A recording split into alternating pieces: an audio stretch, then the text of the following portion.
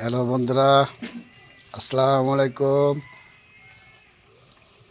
আজকে একটা মাংসের রেসিপি নিয়ে আসলাম। আজকে জুম্মা মোবারক।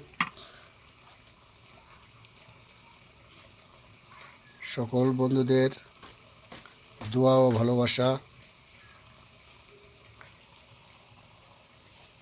আজকে নামাজ পড়ে এসেই একটা রেসিপি বানালাম, মাংস রান্না করলাম।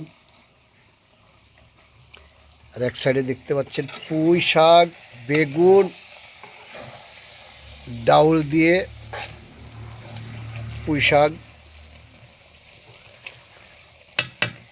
আপনারা এই পুঁই শাক খেতে কী ভালোবাসেন জানাবেন।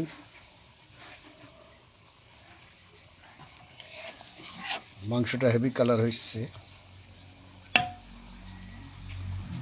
সকল বন্ধুদের ভালোবাসা ও দোয়া রইল। জুম্মা মোবারক। সবার জন্য দোয়া ও ভালোবাসা রইল।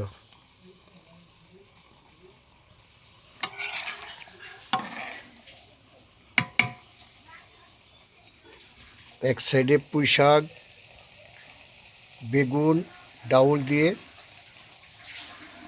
আর এক সাইডে মাংস। বন্ধুরা কেমন হয়েছে জানাবেন। আল্লাহ হাফিজ।